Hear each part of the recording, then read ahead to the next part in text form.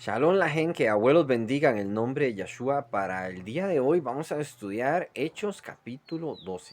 En este capítulo vamos a ver dos cosas muy importantes. Vamos a ver la muerte de Herodes, que va a tener una muerte espantosa comida por gusanos, ya que a él le va a sobrevenir una enfermedad horrible debido a los crímenes que está cometiendo. Esos crímenes son perseguir a la Quejilá, a la congregación de aquel entonces que alababan y adoraban a Yeshua.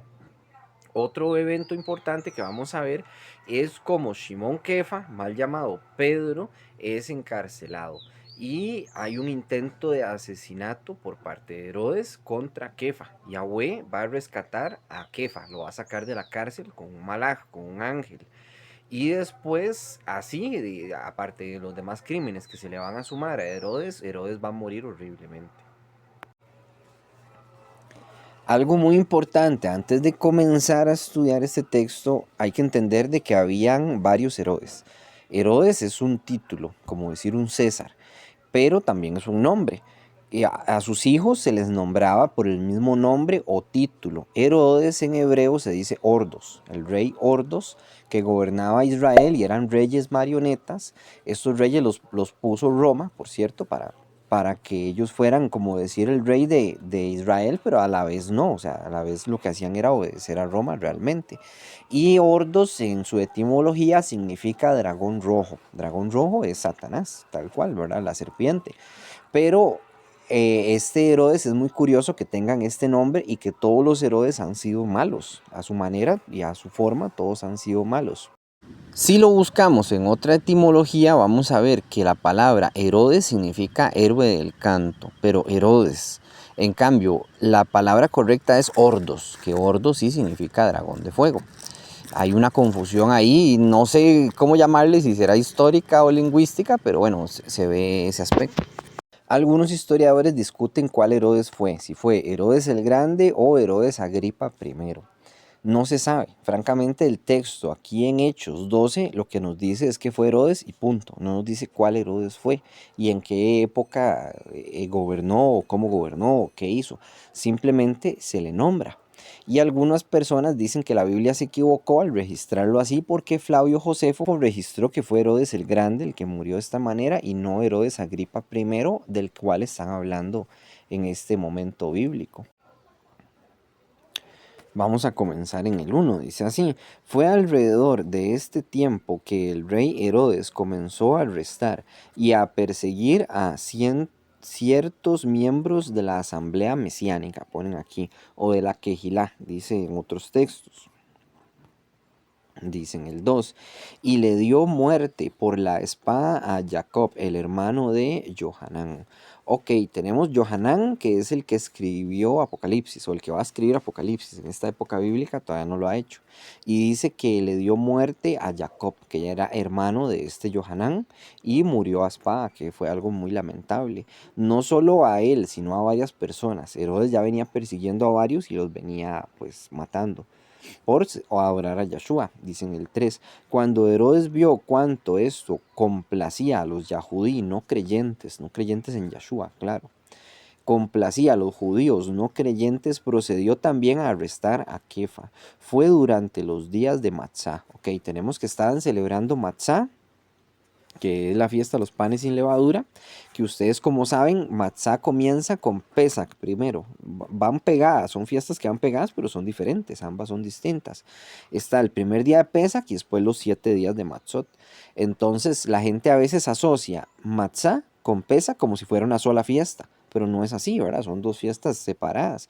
Y en esa fiesta de Matzot, de panes sin levadura, dice que se arrestó a Kefa. Si lo buscamos en una Biblia cristiana, va a aparecer igual.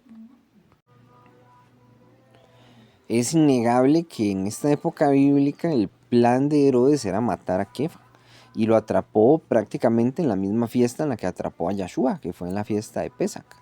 Y dice en el 4, de modo que Herodes le agarró, lo echó en prisión y fue entregado a ser custodiado por 4 escuadras de 4 soldados cada una, con la intención de traerle a juicio público después de Pesach. O sea, estaba esperando que pasaran los 7 días de Matzot. Aquí dice Pesach, pero es que Pesach ya había pasado. Por eso les mencioné lo de la fiesta, que la gente la nombra toda como si fuese un bloque, pero realmente son dos. O sea, la fiesta Pesach ya pasó, primero es Pesach, después viene panes sin levadura, pero aquí dice que Herodes estaba esperando que pasara la Pesach, o sea, que pasara la fiesta de panes sin levadura y la de Pesach al mismo tiempo, ¿verdad? Que van pegadas, y después llevarlo a juicio y después ejecutarlo públicamente. Con esto iba a agradarle a los yahudí, porque él dice que estaba agradándole a los judíos ortodoxos de la época cómo mataban a los hermanos de Israel que seguían a Yeshua. Y para quedar bien con ellos, a él no le importó hacer todo este asunto. En el 5 dice así: por lo tanto, Kefa, que este es Pedro, estaba custodiado en la prisión, pero la asamblea mesiánica hizo intensas oraciones por amor a él. Tenemos que Pedro ahorita en este momento está en la cárcel. La asamblea está orando por él y no solamente está en la cárcel, está custodiado por 4 escuadras de 4 soldados. Un ejemplo, imagínense 4 puertas. En esas 4 puertas, afuera de esas 4 puertas hay 4 soldados en cada una. Y estas escuadras están custodiando la cárcel de Pedro para que sea imposible escapar y que nadie lo saque de ahí. O sea, está muy bien aprisionado y la intención de Herodes es matarlo sí o sí y que no haya manera alguna de que se pueda escapar.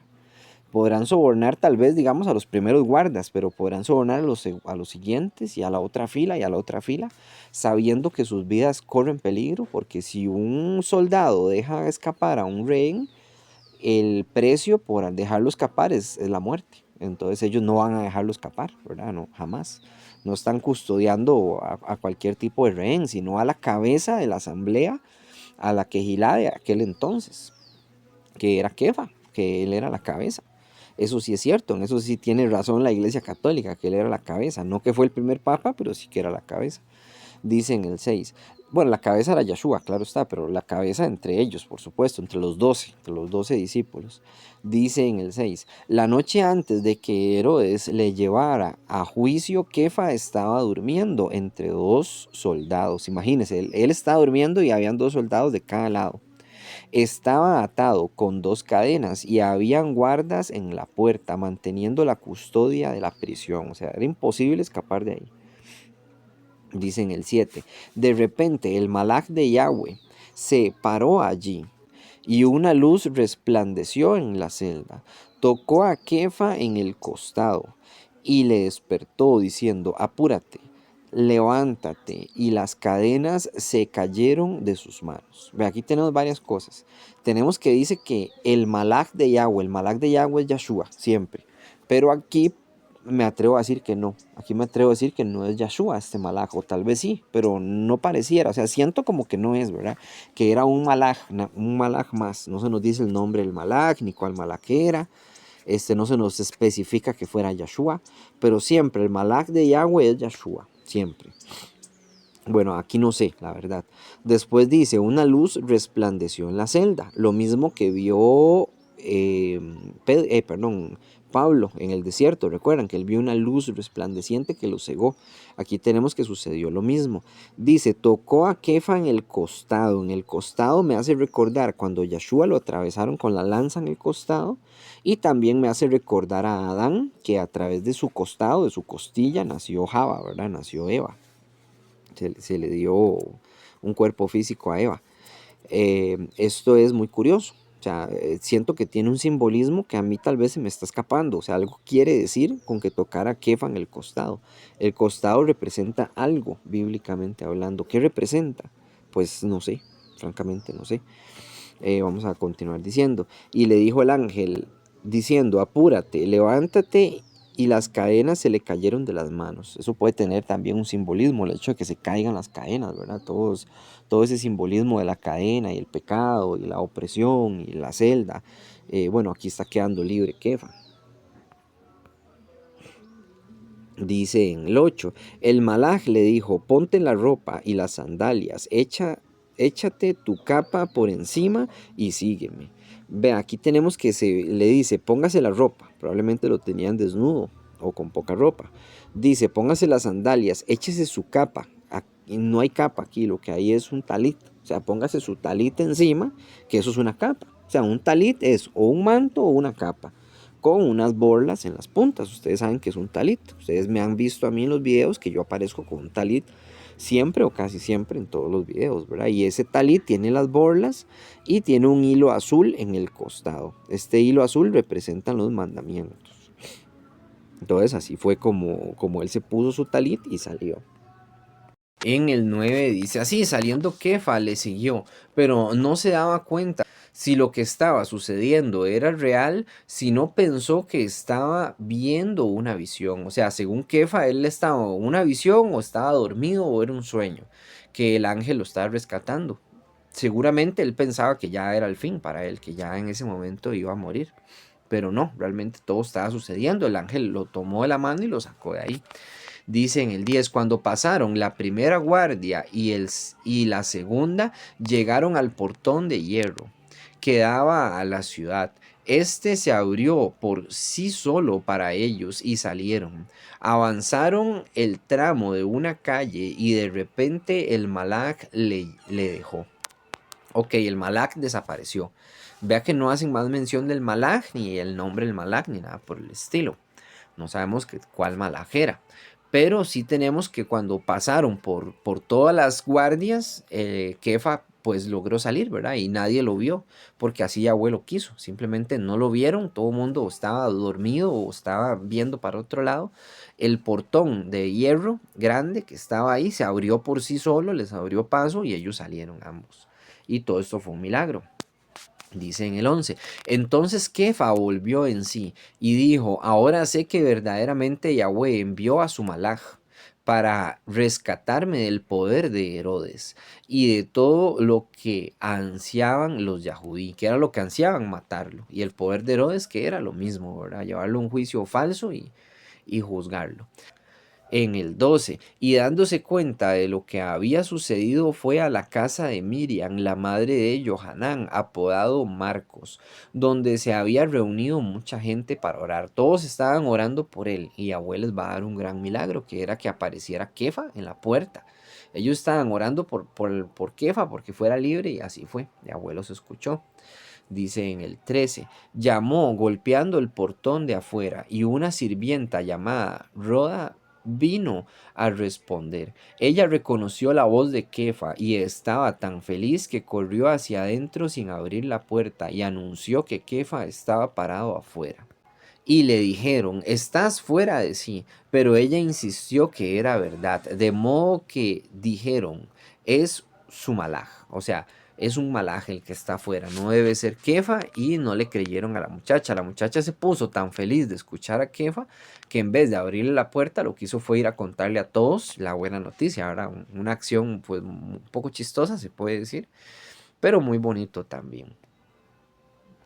En el 16 dice así: mientras tanto, Kefa siguió golpeando, y cuando abrieron la puerta y le vieron, se quedaron atónitos. Él, haciéndoles señales con la mano para que callaran, les contó cómo Yahweh le había sacado de la prisión y dijo: digan todo esto a Jacob y a los hermanos. Entonces salió y fue a otro lugar. Ok, Kefa les contó a todos y después a lo que hizo fue levantarse e irse. Después de haberles dado esta noticia, y les dijo que por favor le contaran a todos lo mismo, lo que había sucedido. En el 18, cuando vino la luz del día, había un alboroto, no pequeño, entre los soldados sobre qué había sido de Kefa. Bueno, cuando la Biblia dice no pequeño, que había un alboroto no pequeño, era porque el alboroto era grandísimo y todos los soldados estaban en una gran pelea y una gran discusión por quién había liberado a Kefa, porque era un gran crimen. Herodes estaba enfadado y iba a matar a los soldados que tenían la custodia de Kefa, y así fue. Cuando llegó Herodes y vio todo lo que había pasado, lo que hizo fue matarlos. Y ellos tenían el deber de haber protegido la puerta y no lo hicieron, pero así fue como lo quiso Yahweh, ¿verdad? Estos soldados pues eran soldados, sí, tenían que obedecer órdenes, ok, pero eran órdenes injustas. Entonces ahí es donde uno, que es muy difícil como soldado, como policía, como juez, como etcétera, cuando hay una ley que es injusta, uno no tiene que acatarla, porque es una injusticia. Habría más bien que rebelarse contra esa injusticia. Y lo que hicieron ellos fue obedecer. Y cuando uno dice, a mí qué me importa, a mí qué me importan los demás y lo que estoy haciendo, a mí qué me importa, pues está mal. Vamos a darles un ejemplo. Yo soy cocinero y a mí el jefe, el dueño de la cocina del restaurante me da para que yo cocine una carne, un pollo, imaginemos que eso sucedió en la vida real, no, no conmigo, pero con otra persona. Un pollo que estaba descompuesto, que estaba malo. Hijo, cocínelo, póngale bastante ajo, bastante sal y déselo a los comensales.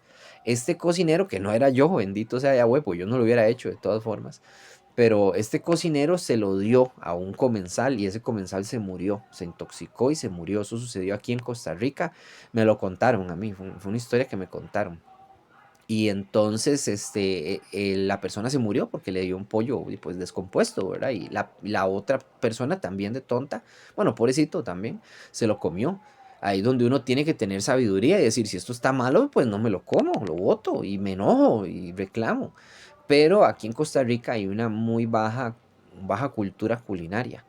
Y a veces en los lugares donde venden carne podrida. Porque a mí me ha tocado devolver bolsas de carne que está podrida, que me la venden que huele de onda y huele mal. Entonces yo le digo, esto está malo, yo no quiero esto y me enojo y me voy y no les vuelvo a comprar. Y hay ocasiones que me la cambian por carne fresca y en otras no vuelvo a comprar. Y ahora solamente compro carne de un matadero que distribuye a otras carnicerías. O sea, es como decir el camión de la carne de todo el país, ¿verdad? O sea, la central. Y ahí me traen carne de primera para yo poder comer.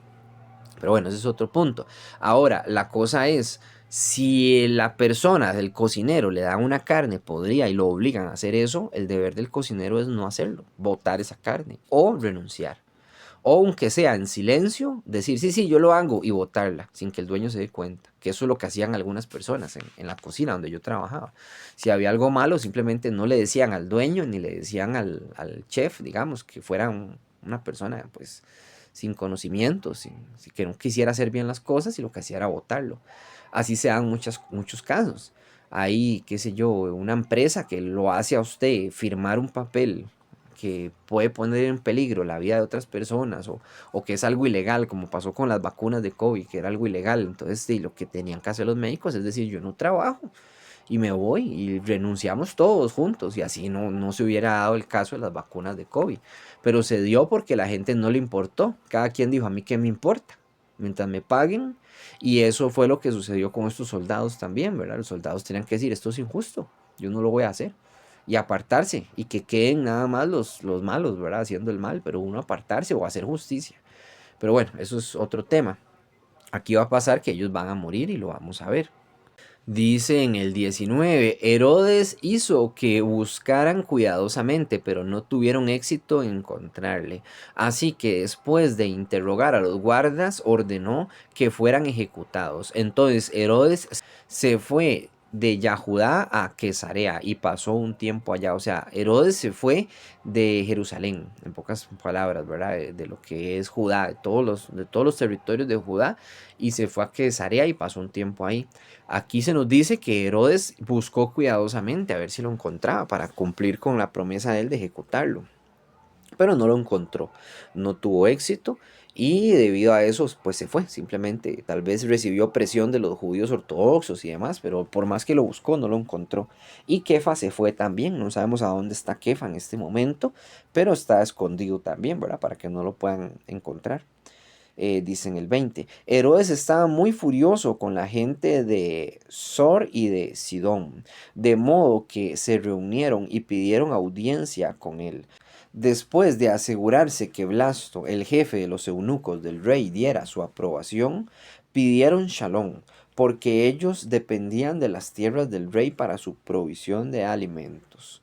Ok, tenemos que Herodes estaba furioso con todo lo que había sucedido, dice, con la gente de, bueno, realmente con la gente de Sor y de Sidón, no se nos dice por qué, no sé si es por el mismo asunto, de modo que se reunieron y pidieron audiencia con él, o sea, él ya no les está dando de comer a la gente de Sor y de Sidón de las tierras propias que él tenía, y ellos dependían de esas tierras del rey. Entonces, vea que el rey de Yahudá tenía la abominación de tener eunucos en la corte o tener un eunuco. Un eunuco es un esclavo al que usted le corta las partes íntimas para que supuestamente sea más inteligente, según ellos, ¿verdad? Y esto lo hacían los babilónicos, sí, pero los babilónicos con sus cosas malas ellos, ¿verdad? No la tribu de Israel, o sea, no Israel.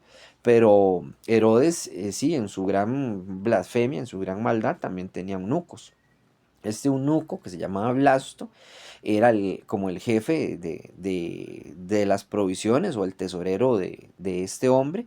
Y llegaron a donde Blasto, la gente de Sor y de Sidón, a pedirle shalom, a pedirle paz, para que el rey no estuviese enojado con ellos, para que así les diera de comer. Entonces, vamos a ver, en el 21 dice, un día fue fijado y Herodes, vistiendo sus ropas reales, se sentó en el trono y les dio una oratoria. ¿Qué pasa? Tenemos que el rey ya pidieron una audiencia con él. Él se sentó y les está dando audiencia a esta gente para que así esta gente pueda hablar con él y puedan calmarlo para que Herodes no esté enfadado y les vuelva a dar de comer. En el 22, el pueblo empezó a gritar, esta es la voz de Elohim y no la voz de un hombre. Ok, ya entendí esta parte, vean lo que dice aquí. Tenemos que el pueblo comenzó a gritar, a decir que Herodes es Dios, así en pocas palabras. Ellos gritaron, esta es la voz de Elohim y no la voz de un hombre. Herodes estaba dando una oratoria, o sea, estaba hablándole al pueblo. Y el pueblo, para quedar agradable a los ojos de Herodes, lo llamó Dios. O sea, lo puso en el trono de Yahweh como si fuera Yahweh mismo. Y eso fue una gran blasfemia. Dice en el 23, de una vez, porque Herodes no le dio la gloria a Yahweh, el Malak de Yahweh lo derribó al suelo y se murió comido por gusanos. Aquí pareciera decirnos que todo fue de golpe. O sea, como Herodes se hizo pasar por Dios también cuando le dijeron eso, si alguien le dice a usted, usted es Dios, usted obviamente tiene que decir, no, yo no soy Elohim, ¿verdad? Yo soy un hombre nada más. Yo me puedo equivocar, pero que me equivoque no significa que siga pecando, o qué sé yo, ¿verdad? Pero acá hay personas que intentan a decirle eso a uno, más a las personas que damos estudios de Torah. Nosotros estudiamos la Torah, pero yo no puedo decir, Dios me habló, yo fui al trono de Dios, subí en una visión, mentira, todo eso es mentira, yo no he subido, yo no me he hablado. O sea, me puede guiar, sí, en mi mente, en mi corazón, me puede dar conocimiento, siempre y cuando uno como persona que estudia y usted que me escucha no sea orgullosa, uno se puede equivocar. Es más, curiosamente, hablando de errores, yo cometí un error hace poquito. Un error no tan grave, pero lo cometí. Y un hermano me corrigió. Y yo le dije, sí, tiene razón. Y me gustó que el hermano me corrigiera, que se llama Rafael. Un saludo a Rafael de Venezuela, que abuelo bendiga y a toda su casa. Porque me gustó que me corrigiera porque significa que él está estudiando también. O sea, que tiene mente propia y que sabe leer que es capaz de entender y que Yahweh le da conocimiento a la gente también. Me alegra, o sea, me alegra porque estar equivocado sin darse cuenta no es bonito. Y cuando uno le dicen es bueno y es una alegría para quien lo corrige, siempre y cuando tenga la razón. Si no tiene la razón, no hay que dársela. ¿En qué cometí un error? Yo acabo de hacer un video corto que dice que si se pueden heredar los pecados. Yo siempre les he dicho a ustedes que sí, que los pecados sí se heredan, pero él me dijo, no, el pecado no se hereda, lo que se hereda es la maldición que viene con el pecado. Y sí es cierto. O sea, si mis antepasados pecaron, ellos cargan una maldición, esa maldición me la heredaron a mí, un ejemplo, ¿verdad? Entonces yo nací con esa maldición por ese pecado. Claro, uno puede hacerse libre de ese pecado. La idea de los videos cortos es hacer un video corto, decir algo muy rápido, muy cortito, y así que llegue a mucha gente, porque a la gente ahora no le gusta ver videos largos como estos. A este punto ya todo el mundo se fue, ¿verdad? Quedan unos poquitos. Y menos compartir y todo. Entonces, esa es la idea de los videos cortos. Intentar mandar un mensaje corto y no poder explicar todo lo que quiero explicar. Pero tiene razón, o sea, la expresión y lo que él dijo está muy correcto, está muy bueno. Bueno, y regresando al punto en el que estamos, Herodes, cuando le dijeron que él era Dios, él tenía que darle la gloria a Yahweh. Y él decir, no, yo soy un hombre, esta es la voz de un hombre, no es la voz de Elohim. Entonces, no le hubiera pasado esto. Cuando leemos el texto, dice así, de una vez, o sea, como de un solo golpe. porque Herodes no le dio la gloria a Yahweh, el Malak de Yahweh lo derribó al suelo, o sea, fue como de un golpe que lo derribó al suelo y murió en el suelo comido por gusanos de inmediato. Una cosa milagrosa, pero horrible, ¿verdad? Él murió horrible, comido por gusanos en un instante. Si leemos a Flavio Josefo nos cuenta que Herodes el Grande murió comido por gusanos por una infección y una enfermedad que él tenía.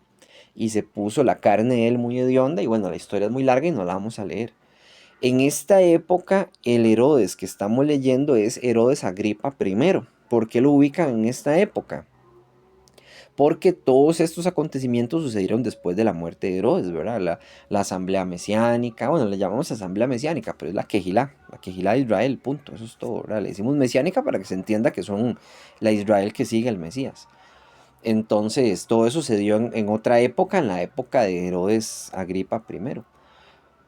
Pues es posible que también su padre, así como su padre murió por una infección comido por gusanos, lentamente este muriera de golpe. Eso es lo que nos quiere decir el texto. Yo creo en lo que dice la Biblia y ya está, no tengo por qué ponerlo en dudas. Siempre es bueno buscar otras fuentes históricas para confirmarlo, pero no hay. No hay fuentes históricas de la época porque todas esas fuentes históricas fueron quemadas por Roma. Recuerden que todos los textos y todas las genealogías y todo lo que era en hebreo, cualquier cuento, aunque fuera Caperucita Roja, pero en hebreo, todo eso lo quemó Roma. Todo lo que estaba escrito en hebreo lo quemó Roma. Y lo que estaba escrito en griego no. Por eso estos textos que estamos leyendo, el mal llamado Nuevo Testamento, se salvaron especialmente en griego. Porque cuando los tradujeron a griego fue que se conservaron. Y sí se traducían a griego para la gente nueva que estaba entrando a la Quejilá. Entonces se salvaron. Dice en el 24. Pero la palabra de Yahweh seguía creciendo y multiplicándose. Barnabá y Shaul, habiendo completado su misión, volvieron de Jerusalén y trajeron con ellos a Johanán, apodado Marcos. Ok, este Johanán no sabemos quién es. Este no es Johanán, el inmersor, porque ya ha muerto, ¿verdad? Juan el Bautista. Y tampoco es Johanán el que escribió Apocalipsis porque dice que es apodado Marcos. Este es otro Johanán, o sea, no es el Johanán que conocemos. Simplemente se registra que Shaul y Barnabá andaban por ahí y que trajeron a este Johanán, ¿verdad? Y seguro era muy conocido en la época, pero nosotros no sabemos quién es porque no dejó ningún registro escrito. Y ahí termina el texto. Espero que les haya gustado este estudio y les haya servido. Oremos y pidámosle a Yahweh conocimiento y shalom. Acompáñenme. Dice así: Padre Yahweh, en el nombre de Yahshua al-Mashiach, te damos gracias por este estudio, mi Señor, de tu palabra.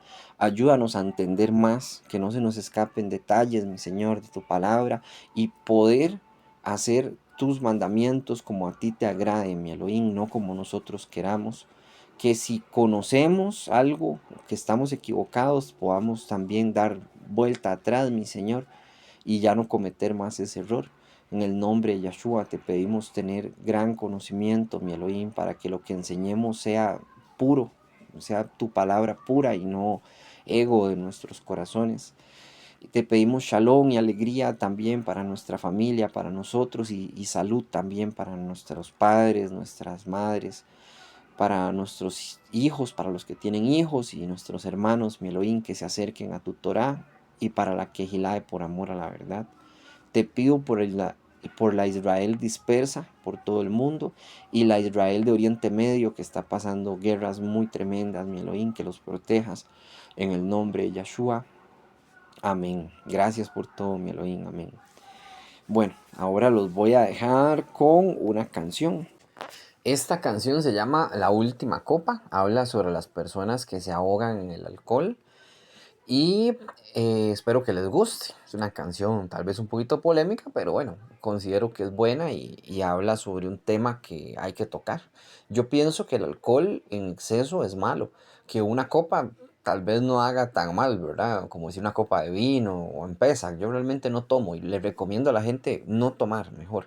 Pero para los que gustan de tomar, pues que se tomen una copa, que no abusen y que se coman algo también al mismo tiempo. Entonces es diferente, o sea, eso es saber tomar, comer algo, tomarse una copa de algo que valga la pena, no un licor barato y solamente para sentirse anestesiado. Y con eso dicho me despido. Que abuelos bendigan el nombre de Yeshua. Shalom Urahot, paz y bendiciones. Hermanos míos, dejen la copa de ron, porque en ella no van a encontrar salvación. No anestesien su alma con el alcohol. No tapen sus oídos con los corchos del vino, que la cerveza y el mezcal no entorpezcan su camino. Aclaren su mente, abran bien sus ojos, vengo a secar sus lagrimales etílicos, hasta que de ellos ya no nazca ni una gota eufórica de ese fermento del trigo, ese mismo que se le da mal uso y abuso y hace que todo se vea difuso. Aquí te presento a tu esposo Israel, quien te ama. No te avergüences a ti misma, no desees los amores del extranjero, ni los caminos del forastero. No añores a los extraños y sus extrañas costumbres. Esas no son nuestras formas, eso no fue lo que nuestro Adón nos ha dado, y de esa manera no nos ha educado.